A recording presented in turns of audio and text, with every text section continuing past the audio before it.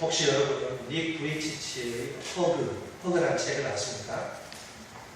팔다리 없이 태어난 호주 출신의 청년이 온갖 난관과 장애를 딛고 일어선 경험들을 담은 책입니다. 거기에 저자가 신체적 장애 때문에 겪은 아픔과 절망, 그것을 뛰어넘어 행복을 누리고 전하기까지의 과정이 아주 생생하게 기록되어 있습니다. 절망을 희망으로, 실패를 기회로, 한계를 비전으로 바꿔버린 그의 이야기가 가슴 벅찬 감동을 선사합니다. 그는 현재 전 세계를 누비며 자신의 삶을 통해 하나님의 사랑을 전하고 있습니다. 이 모든 일은 살아계신 하나님이 그의 인생 가운데 찾아오셔서 그를 만나주신 결과입니다. 닉 브이치치의 삶은 쉽게 좌절하고 절망하는 이 시대의 사람들에게 큰 도전을 주는 살아있는 메시지입니다. 오늘 우리가 읽은 성경에는 좌절과 절망 가운데서 신음하는 사람들이 등장합니다. 예레미야 선지자는 그들을 향해 하나님의 위로와 소망의 메시지를 전합니다. 지금 우리 가운데 여러 가지 이유로 좌절과 절망의 시간을 보내고 계시는 분들이 있을지 모릅니다. 지금은 아니지만 험한 인생 길을 걷다 보면 언젠가 한 번쯤은 좌절과 절망에 몸부림치게 될지도 모릅니다. 자기의 인생의 좌절과 절망이 찾아오지 않을 것이라 장담할 수 있는 사람은 아무도 없기 때문입니다. 자, 그렇다면 오늘 예레미야의 메시지는 우리 모두를 위한 것입니다. 어느 날 갑자기 좌절과 절망이라는 이름의 불청객이 우리의 삶을 녹화할 때 어떻게 그 위기의 순간을 극복할 수 있을까요? 예레미야서는 유다 왕국의 암흑기 활동한 위대한 선지자의 사역에 관한 기록입니다. 그 당시 유다 왕국의 통치자들은 바벨론의 압제로부터 독립을 쟁취하기 위해 애굽의 도움을 의지합니다. 친애굽 정책을 펼친 것이죠. 그런데 이런 정책은 성공을 거두지 못합니다. 성공은커녕 도리어 화를 불러일으켜서 BC 598년에 바벨론 왕 느부갓네살의 공격을 초래합니다. 그래서 이제 유다 왕과 예루살렘의 고관 대작들은 대부분 바벨론의 포로로 끌려갑니다. 그럼에도 불구하고 정신을 차리지 못하고 유다의 마지막 왕 시드기야는 계속해서 친애굽 정책을 고수합니다. 고집한다고 하는 것이 정확한 표현이겠죠. 결국 바벨론의 2차 포위 공격으로 BC 586년에 이제 유다 왕국은 완전히 문을 닫죠. 예루살렘은 완전히 파괴됩니다. 자, 사실 그 예레미야가 하나님께로부터 받은 그 사명은 정말 감당하기 어려운 것입니다. 왜 그렇습니까? 그는 그 메시지의 그 핵심이 무엇입니까? 예루살렘이 곧 파멸을 한다, 멸망한다. 임박한 예루살렘의 파멸을 선언해 말합니다. 자, 이것은 이제 다윗 왕가와 선지자들과 제사장들 그리고 일반 백성들과 정면으로 대치하는 그런 입장에서는 위험천만한 일입니다. 여러분 그 당시 대부분의 유대인들에게는 두 가지 신념이 아주 골수에 깊이 뿌리 박혀 있어요. 자, 하나는 다윗의 언약과 예루살렘 성전 때문에 예루살렘은 언제나 안전하다는 그런 믿음입니다.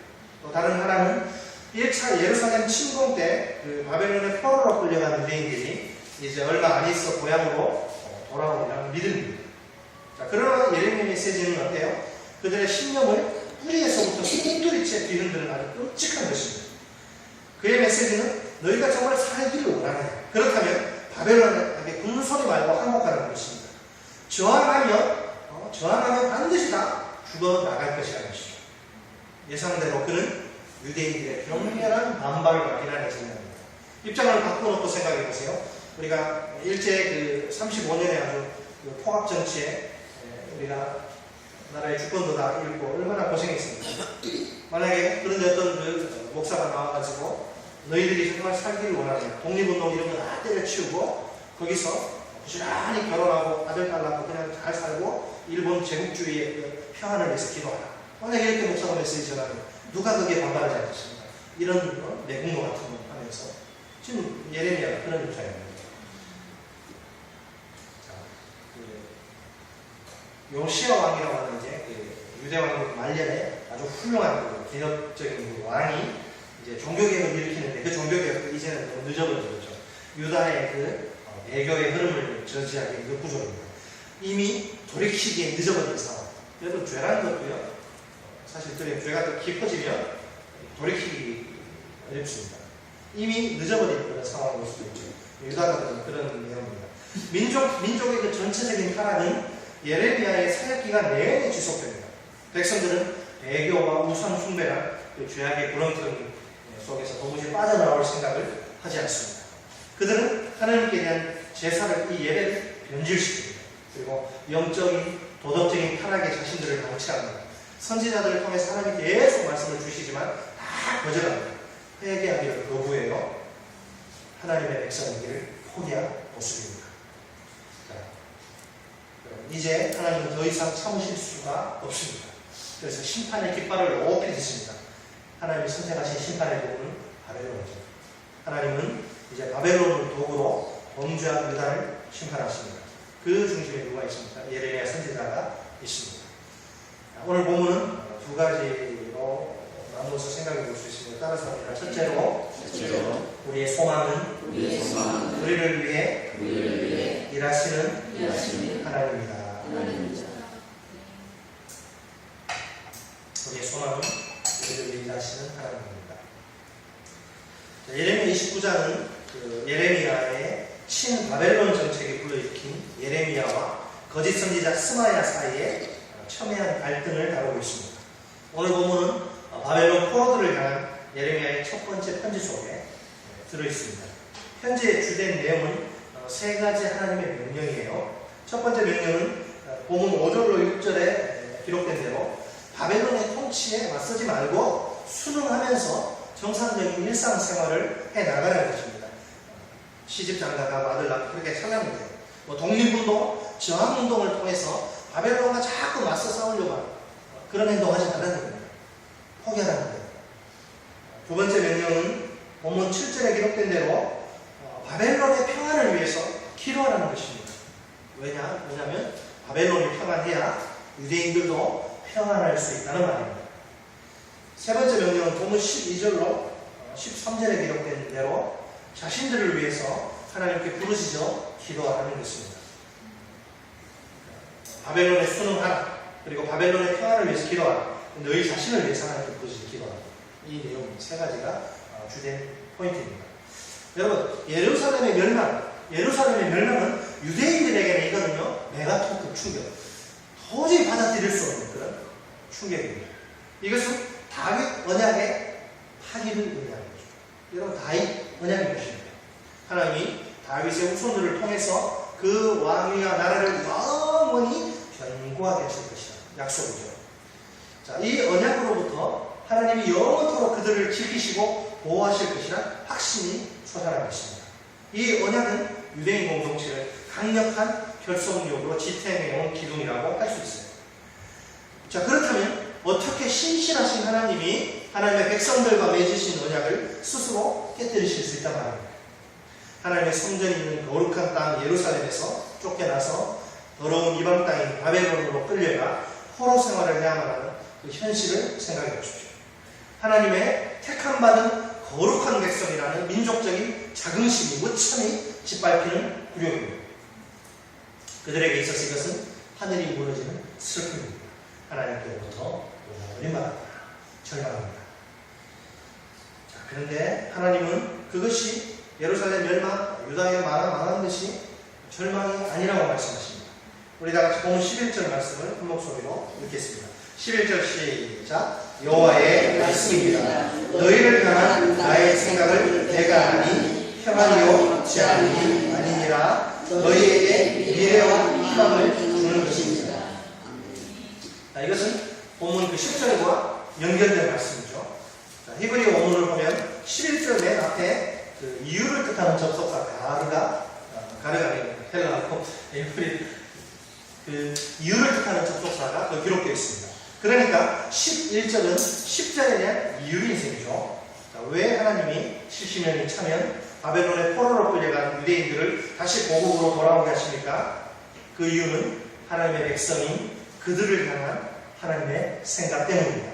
자, 하나님은 바벨론 포로 생활을 70년으로 못 박으시고 제한하십니다.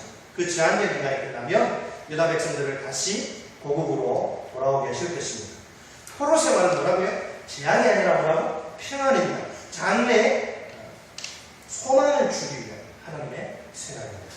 지금 그들이 당하고 있는 어려움은 평안과 소망을 위한 하나님의 손길입니다. 자, 칼빈은 이 부분을 이렇게 해석합니다. 자, 여기서 하나님의 생각은 그분의 목적입니다. 하나님의 백성이 유대인들에 대해 하나님이 목적하는 것은 악이 아니라 평안이다. 평안이란 더할 나위 없는 행복을 가리킵니다. 지복, 더할 나위 없는 행복이라고 하죠. 계속해서 칼빈은 미래와 희망을 주는 것을 종결과 기대에 대한 생각으로 번역합니다. 이 종결이란 뭘 말합니까? 바벨론에서의 포로 생활의 마지막을 뜻합니다. 기대는 고국 땅으로 돌아오는 것을 가리킵니다. 70년이 지나면 하나님이 그들의 포로 생활의 종지부를 찍으셔서 모든 고난을 끝장내시고 자유의 몸으로 다시 예루살렘 땅으로 돌아오게 하시겠다는 말입니다. 놀랍게도 이 모든 것이 유대인들의 행복을 위해서 하나님이 친히 계획하시고 이루시는 일입니다. 여러분, 똑같은 상황을 바라보시는 하나님과 유대인들의 서로 다른 시각을 보세요. 지금 유대인들은 자신들이 처한 상황, 나라가 망하고 나라가 절단나고 성전이 다 짓밟히고 자기들은 개처럼 포로로 끌려가 있는 그 상황. 유대인들은 그 상황이 뭐라고요? 재앙이라고 생각합니다. 그들이 경험한 그 절망감에 비춰볼 때 충분히 그렇게 생각할 수 있어요. 우리나라도 만약에 거기서 그렇게 생각합니다. 인간적으로 얼마든지 이해가 됩니다. 그러나 하나님의 생각은 그들과 완전히 달라요. 70년 동안의 바벨론에서의 그 포로 생활은 그들의 범죄에 대한 하나님의 징계일 뿐입니다. 그러니까 그 이상도 그 이하도 아닙니다. 징계의 목적이 뭐라고요? 그들의 행복이라는 거죠. 자, 그렇다면 징계를 통한 그 고난이 행복을 위한 수단인 셈입니다. 이해가 되십니까? 여기서 우리는 하나님이 일하시는 방식을 주목해야 합니다. 하나님의 방식은 우리 인간의 방식과 달라요. 그럼에도 불구하고 어리석게도 우리는 자꾸 하나님의 방식보다 우리 방식을 고집하지 않습니다.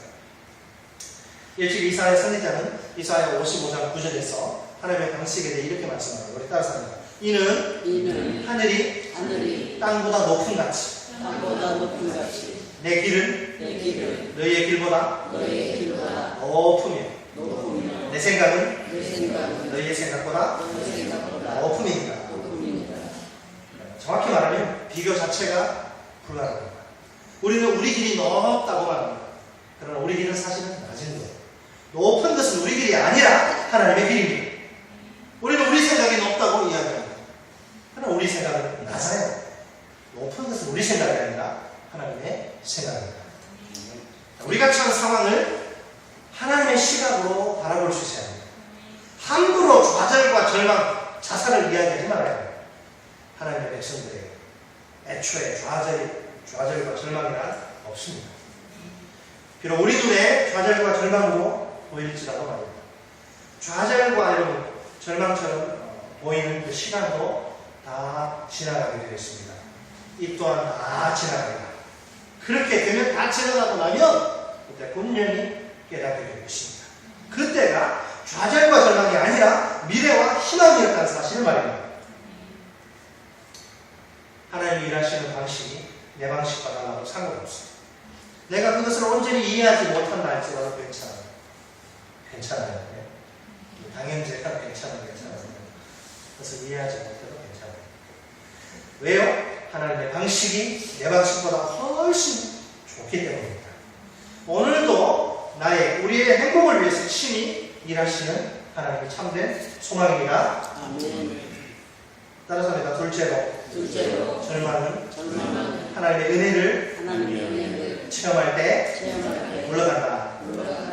절망은 언제 물러갑니까? 하나님의 은혜를 체험할 때.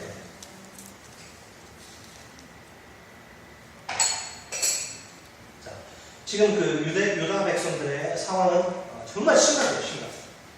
이게 분명히 예레미야를 통해서 좋은 하나님의 말씀이 이렇게 선포되잖아요. 근데 이걸 받아들이기 힘든 상황이죠. 우리 식으로 표현하면 아마 이런 정도의 말이 될 거예요. 당신이 내 입장이라면 과연 그런 식으로 말할 수 있는가? 내 입장이 안 돼 봐서 모르지 않아요. 처자식이 막 죽어나가고 뭐 10명, 15명 돼가지고 그게 자기 혼자 살아남고 자기도 포로로 끌려가서 개처럼 일하고 당신이 내 입장이 돼봤는데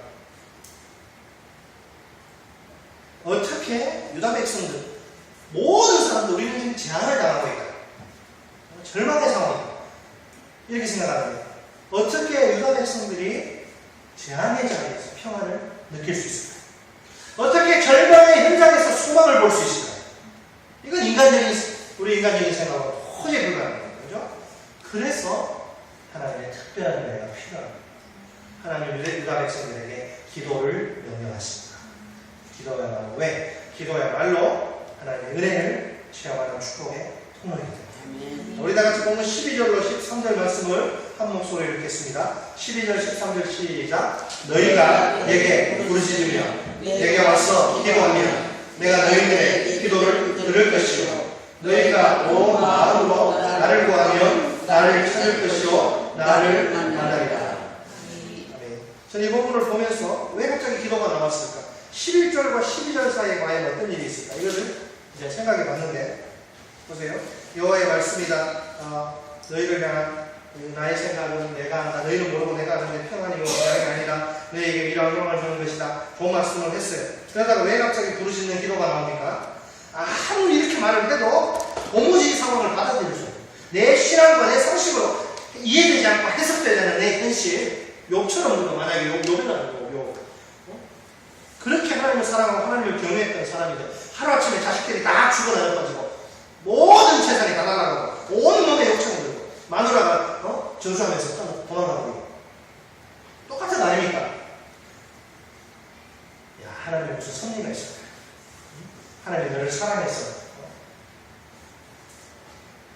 지금 이런 상황을 허락하시는 거예요. 아무리 이야기해도 그게 들어보냐고 안 들어. 정말 영화에서나 봉직한 교통사고가 나서 가족들이 다 죽어나가고 그 충격으로 독자인 내 자식 임신했는데 막 낙태가 아니라 유산돼. 그런데 평안을 너에게 주노라 하면 집을 던져버립니다. 네가 내 상황을 하는 거야. 지금 이런 입장이에요. 그러니까 하나님이 그걸 아시고 네 상황 도무지 아무리 좋은 이야기가 못 받아들일 수 없지 이 상황에서. 그러면 내게 부르시죠. 내게 와서 기도해. 그 말입니다. 아무리 얘기해도 이해가 안 돼요. 아무리 좋은 말을 들어도 그때가 기도의 자리에 나와서 기도해야 돼. 집에 누워있지 말고 앉아있지 말고. 그들은 하나님께 어떻게 해야 돼요? 부르시죠. 하나님께 나와 기도해야 합니다. 온 마음으로 하나님을 구해야 합니다. 보통 기도가 아니라 여기서 말하는 기도는 내 영혼을 쏟아붓는 간절한 기도입니다. 하나님의 그 놀라운 약속을 보십시오. 기도에 대한 하나님의 적극적인 반응이 핵심이죠. 하나님은 유다 백성들의 간절한 기도를 외면하시잖아요. 반드시 들으십니다. 틀림없이 그들을 만나주십니다. 하나님 그들 가운데 은혜를 부어주실 것이라고 합니다. 절망을 여러분 물리치는 가장 확실한 방법은 하나님의 은혜를 체험하는 것입니다. 우리가 하나님의 백성이라면 아무리 앞이 캄캄해도 절망하지 않을 수 있습니다. 자살 같은 거 하잖아요. 진정한 하나님의 백성은 자살하지 않아요. 왜? 길이 있기 때문에. 앞이 캄캄해도 길이 있기 때문에.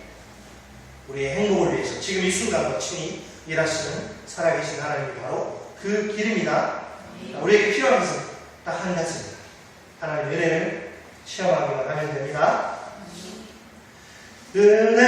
은혜로다 주와 함께 거함이 은혜로다. 이 은혜를 아십니까? 하나님의 은혜를 체험하기만 하면 됩니다. 간절히 하나님을 찾고 구해야 합니다. 그러면 하나님 우리를 만나주십니다. 절망을 한 방에 날려버릴 은혜를 베푸십니다. 자, 오늘 본문 책을 펴놓으시고 예레미야 앞에 이사야가 나오죠. 이사야 58장 9절을 보세요. 이사야 58장 9절. 이거는 아버지의 약속입니다. 아버지의 약속.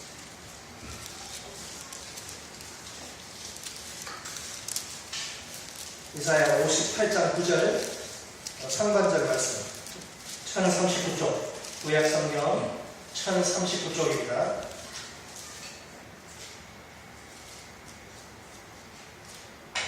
네, 1039쪽에 이사야 58장 9절 말씀 상반절 다 같이 시작. 내가 부를 때에는 나 여호와가 응답하겠고 내가 부르짖을 때에는 내가 여기 있다 하리라. 아멘. 내가 여기 있다. 아들아 내가 여기 있다. 언제 뭐 할 때? 부르짖을 때. 하나님 아버지 하면 내가 응답하겠다. 네가 부르짖어 기도할 때 내가 여기 있다 하더라. 혹시 지금 큰 어려움 가운데 빠져 하루하루 고통과 눈물의 시간을 보내고 있는 분은 안 계십니까? 앞이 캄캄하고 가슴이 답답해서 견딜 수 없어 절망의 탄식을 숨가쁘게 내어뱉는 분은 안 계십니까? 이렇게 말할지도 모르겠습니다. 저는 건강이 매우 좋지 못합니다. 직장에서 언제 쫓겨날지 모릅니다. 사업에 실패해서 거의 망했습니다. 재기할 엄두조차 나지 않습니다. 저는 맞선을 보는데 맨날 딱지를 맞습니다. 결혼을 할 수 있을지 자신이 없습니다. 저는 가정주라로 지금 이혼의 위기에 처했습니다. 남편이 자꾸 지금 이혼장을 들이대고 있습니다. 다시 예전처럼 화목한 가정생활을 하는 건 불가능해요. 근데 우리가 걸어가야 할 인생길은 결코 쉽지 않습니다. 오죽하면 이 세상을 가리켜서 광야와 같이 험한 세상이라고 말하겠습니다. 어떤 난관이 우리를 기다리고 있을지 아무도 모릅니다. 때로는 도무지 이해할 수 없고 받아들일 수 없는 고난들이 연속적으로 발생할 수도 있습니다. 자신의 힘으로 도저히 견딜 수 없어 다 때려치우고 다 포기하고 싶은 마음이 들 수도 있습니다. 자, 그런 때야말로 하나님의 은혜가 절실하게 필요한 순간입니다. 인간적인 방법이나 수단을 동원해서 어려움에서 벗어나려고 하지 말아야 합니다. 돈이나 힘께나 쓰는 주위 사람들에게 쪼르르 달려가서 도움을 의지하지 말아야 합니다. 현실을 도피해서 어려움을 잊으려고 해서도 안 됩니다. 그런 식으로는 근본적인 문제 해결이 불가능합니다. 그것은 그리스도의 방식이 아닙니다. 그리스도의 방식이 아니죠. 세상의 방식입니다. 왜 우리가 세상의 방식을 쫓아가야 합니까? 우리는 그리스도인이지 않습니까? 그렇다면 마땅히 그리스도인의 방식을 따라야지. 우리 그리스도인의 방식은 하나님의 약속의 말씀을 붙들고 간절히 기도하는 것입니다. 마지막으로 이사야 41장 9절 말씀을 보시겠습니다. 이사야 41장 9절 10절 말씀.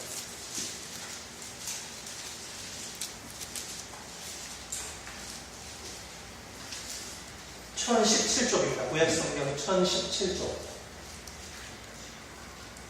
구약성경 1017쪽.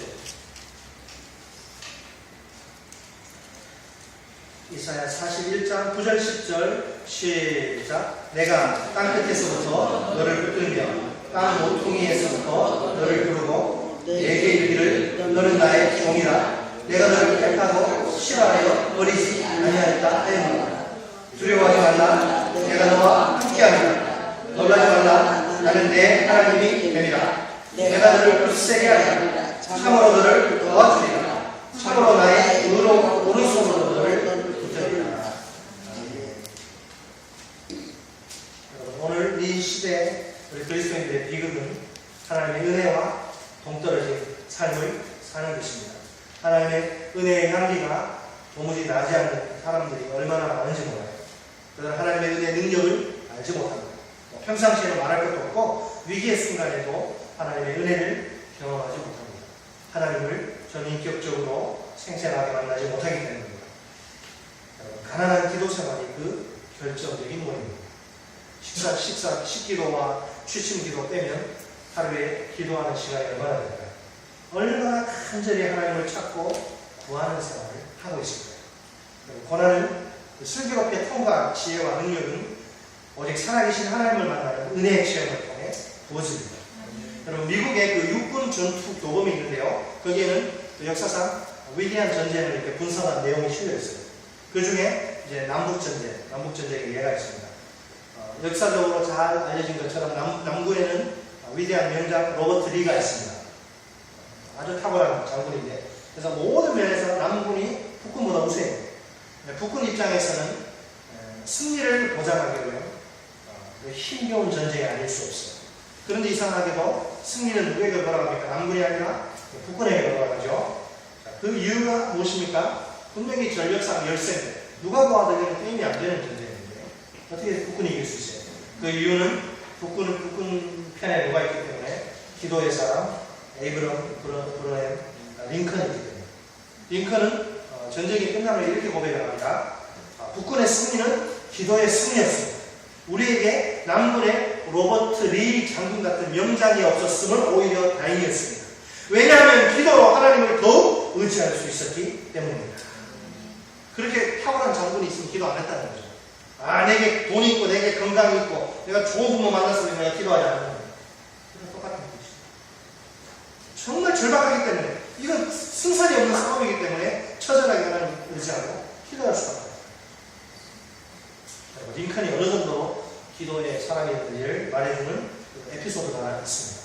남북전쟁이 치열하게 계속되던 어느 날 그 당시 유명한 인기 배우인 제임스 머덕이라고 하는 사람이 이제 링컨의 초청으로 백악관에 머물게 됩니다. 그는 이제 링컨과 저녁 식사하고 또 전쟁에 대해서 이런저런 이야기를 나누면서 시간을 보내다가 밤이 좀 늦어서야 잠자리에 들게 됩니다. 자, 그날 밤 머덕은 백악관으로부터 멀지 않은 곳에서 들려오는 포성에 잠을 설칩니다. 이런 새벽이 되자 어디선가 들려오는 흐느끼는 신음소리 때문에 더 이상 누워있을 수 없는 그런 지경에 이릅니다.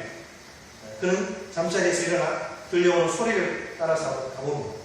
그의 발걸음은 복도 깊숙이 안쪽에 위치한 대통령 집무실에서 멈춥니다. 신음하듯 부르짖는 소리는 바로 링컨의 기도 소리입니다. 사랑의 하나님, 저는 부족한 종입니다. 제 힘으로는 할 수 없습니다. 책임을 공급해 주시고 용기를 잃지 않게 도와주시고 마지막 순간까지 하나님과 동행할 수 있도록 저를 지켜주옵소서. 이 민족을 긍휼히 여겨주시고 하루빨리 전쟁이 마무리되어 통일된 나라를 이룰 수 있도록 도와주옵소서. 전쟁에서 죽어가는 젊은이들을 보호하여 주옵소서. 이것이 바로 기도의 놀라운 능력입니다. 기도야말로 모든 절망을 단번에 박살낼 수 있는 최고의 무기입니다. 기도 자체 무슨 마술적인 신비한 능력이 붙어 있어서가 아닙니다. 전능하신 하나님이 기도를 통해서 친히 일하시기 때문입니다. 기도가 하나님이 일하시는 방식입니다. 기도하기만 하면 전능하신 하나님이 우리 영혼 가운데 풍성한 은혜를 부어주십니다.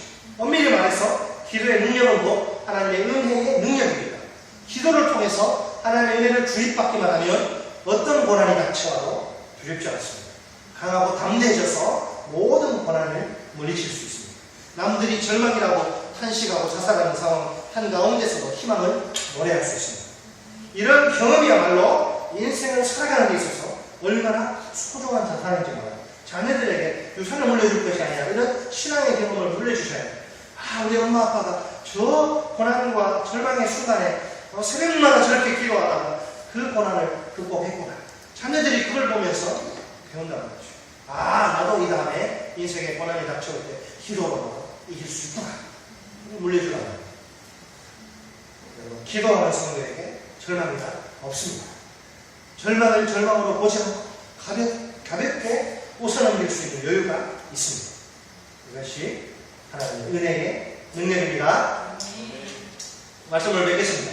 여러분, 아무리 상황이나 환경이 힘들어도 쉽게 좌절하거나 포기하지 마세요. 더 이상 절망을 함부로 입 밖에 내뱉지 마세요. 앞이 캄캄해도 길은 있습니다. 길은 우리의 행복을 위해서 일하시는 하나님입니다. 모든 절망은 하나님의 은혜를 체험할 때 물러납니다. 하나님 앞에 부지런히 나와 기도에 힘쓰시기 바랍니다. 하나님의 은혜를 간절히 사모하며 부르시죠. 기도하시기 바랍니다. 내가 기도할 수 있는 여건 환경 다 갖춰져서 기도하는 사람 아무도 없어요. 도저히 기도하기 불가능해 보여도 나오면 됩니다. 기도하는 성도 앞에 절망은 맥없이 무너지기 바랍니다. 기도가 승리의 비결입니다. 기도로 절망을 훌쩍 뛰어넘어 승리하는 하나님의 백성들이 다 되시길 우리 주 예수 그리스도의 이름으로 축원합니다. 기도하겠습니다. 말씀을 생각하면서 통성으로 우리 기도했으면 좋겠습니다. 이 시간 주님 내 영적인 눈을 여셔서 하나님을 보게 해달라고, 하나님의 시각을 내가 소유하게 해달라고, 이 시간 우리의 행복을 위해서 친히 일하시는 하나님을 내가 바라보게 해달라고, 주님, 내 상황이나 환경이 정말 답답해서 어디 가서 하소연도 하지 못하고 정말 죽을 것 같습니다. 주님, 나는 어쩌면 좋습니까? 그러나 지금 이 순간은 나의 행복을 위해서 하나님이 일하고 있습니다. 이 시간 내 상황이나 환경에 이렇게 묶여있는 눈이 그 상황과 환경을 초월해서 일하시는 하나님을 바라보게 달라. 주님, 내가 하나님을 바라보기 원합니다. 먹구름이 끼고 비가 세차게 내리는 그런 상황에서도 비행기 타고 그 구름 위로 올라가면 태양이 있듯이 고난과 역경의 순간에 하나님이 지금 일하고 계십니다. 주님, 내 눈을 여셔서 나를 위해서 일하시는 하나님 보게 하시고 하나님 붙들게 해달라고. 이 시간 내가 어떤 고난과 역경의 순간에 있다 할지라도 거기에 얽매여서 좌절하고 탄식하고 절망하는 것이 아니라 나의 행복을 위해서 지금도 일하시는 그 하나님 바라보고 그 하나님 붙들고 승리하게 해달라고. 주님, 이 시간 내가 하나님이 보이지 않는 상황에서 하나님 보게 해달라고 기도했으면 좋겠습니다. 우리 같이 기도하시겠습니다. 살아계신 하나님 아버지, 오늘 앞이 깜깜한 상황에서도 희망과 소망을 주시는 그 하나님의 말씀을 통해서 보게 하시니 감사합니다. 하나님, 이방인의 그 무력에 대해서 나라가 이제 멸망하고 성전이 파괴되고 또 사랑하는 가족 친지들이 죽임을 당하고 개처럼 포로로 끌려가는 그런 상황에서 모든 유대인들이 이것이 우리에게 재앙이다, 이제 좌절이다, 절망이라고 말했을 때에 하나님은 예레미야 선지자를 통해서 재앙이 아니라 평안이라고 또 장래의 미래와 희망을 주는 것이라고 분명히 말씀하고 있습니다. 하나님 아버지, 이 시간 아버지, 우리가 하나님을 바라보기 원합니다. 어떤 고난과 역경의 순간에서도 우리가 좌절과 절망을 이야기하는 것이 아니라 그 순간에 우리와 함께 하시고 우리의 행복을 위해서 일하시는 그 하나님을 바라보기 원합니다. 뿐만 아니라 인간적인 아버지의 시각을 버리고 하나님의 시각을 우리가 붙들 수 있도록 도와주옵소서. 내가 당하는 고난, 내가 경험하는 역경이 나를 나가게 하고 나를 고통 가운데 빠뜨리고 나를 절망과 좌절에 밀어넣는 아버지, 그런 나쁜 것이 아니라 나에게 행복을 주시기 위한 하나님의 놀라운 손길이 있음을 아버지가 바라볼 수 있도록 인도해 주옵소서. 내가 하나님을 바라보기 원합니다. 아버지, 살아계신 하나님, 지금도 나의 행복을 위해서 가시는 그 주님을 바라보기 원합니다. 내 영적인 아버지여, 오늘 아버지를 주시기 원합니다. 내가 상황과 환경에 어려움에 짓눌려서 내 영적인 눈이 감겨져 있고 내 아버지 영적인 아버지 분별력이 아버지 지금 닫혀있는 가운데 있는데 하나님 아버지 불쌍히 여겨주시고 내가 내 눈을 열어서 내 아버지 마음을 열어서 곁에 계신 그 주님을 바라보기 원합니다. 아버지 다시 한번 우리가 영적인 눈을 떠서 주님을 바라볼 수 있도록 도와주옵소서. 상황과 환경에 짓눌려서 맥을 못 추고 아버지 좌절과 절망의 탄식을 쏟아내는 것이 아니라 하나님 바라보고 다시 일어설 수 있도록 좌절과 절망의 자리에서 다시 일어설 수 있도록 아버지 도와주시고 인도해 주옵소서. 계속해서 기도합니다. 모든 절망을 하나님의 은혜를 체험할 때 물러갑니다. 주님, 내가 평소에도 하나님의 은혜가 필요하지만 고난과 역경의 순간에는 더 하나님의 은혜가 필요합니다. 하나님 분명히 말씀하십니다. 네 상황, 환경 도무지 이해하지 못하고 정말 답답하고 괴로울 때 내게 부르시며 기도하고 와서 기도하면 내가 들을 것이라 너를 만나줄 것이라 주님 말씀하십니다. 내가 여기 있다 말하려고 주님 약속하십니다. 우리가 이 약속의 말씀을 들고 기도할 수 있는 주님, 내가 좌절과 절망의 순간에도 주의 약속의 말씀을 들고 기도하다가 주님을 애청하고 절망을 극복하게 하소서.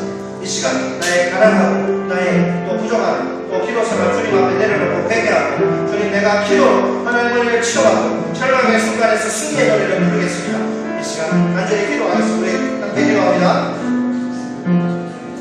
살아계신 하나님 아버지, 우리가 절절의 순간에 절망의 순간에도 승리의 아버지 노래를 부르기 원합니다. 그 은혜는 하나님의 능력을, 하나님의 은혜를 아버지 체험하는 것이라고 말씀하십니다. 주께서 분명히 우리에게 약속하십니다. 너희가 내게 부르시면 내가 응답하는 것이라, 너희가 나를 간절히 찾는 나를 만나는 것이라고, 내가 여기 있다고 주님 말씀하실 것이라고 약속하십니다. 이 시간 우리가 아버지 약속의 말씀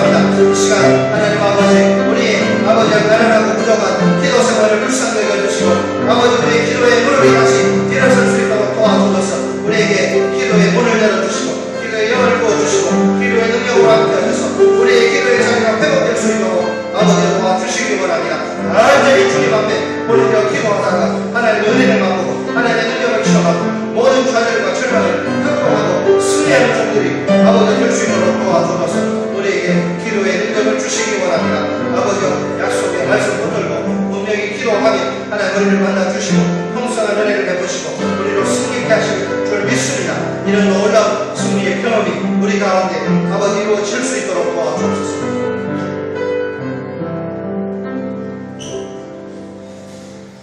자비로우신 하나님, 우리가 광야와 같이 험한 인생길 걷다 보면 우리 힘으로 어찌할 수 없는 환난과 역경을 당하게 되고 그때 좌절과 절망의 탄식을 쏟아낼 수밖에 없는 것이 우리의 연약한 인생의 모습임을 고백합니다. 주님, 우리가 그러한 때에라도 우리의 영적인 눈이 떠져서 우리의 행복을 외치는 일하시는 하나님을 바라볼 수 있도록 도와주옵소서. 뿐만 아니라 하나님의 은혜를 우리가 체험하기만 하면 어떤 절망이라도 물리칠 수 있음을 주님 말씀하고 계십니다. 하나님께서 우리에게 기도의 응답을 약속하십니다. 우리가 약속의 말씀 붙들고 주님 앞에 나와 부르짖어 기도하기만 하면 하나님 우리를 만나주시고 우리에게 풍성한 은혜를 부어주시고 하나님의 능력을 덧입혀 주심으로 말미암아 어떤 절망도 박살낼 수 있다고 하나님 말씀하십니다. 하나님 아버지, 좌절과 절망의 순간에 기도로 말미암아 하나님의 은혜를 맛보고 하나님의 능력을 체험하고 좌절과 절망을 물리치는 복된 주의 백성들 다 되게 하여 주옵소서. 예수님의 이름으로 기도드립니다. 찬송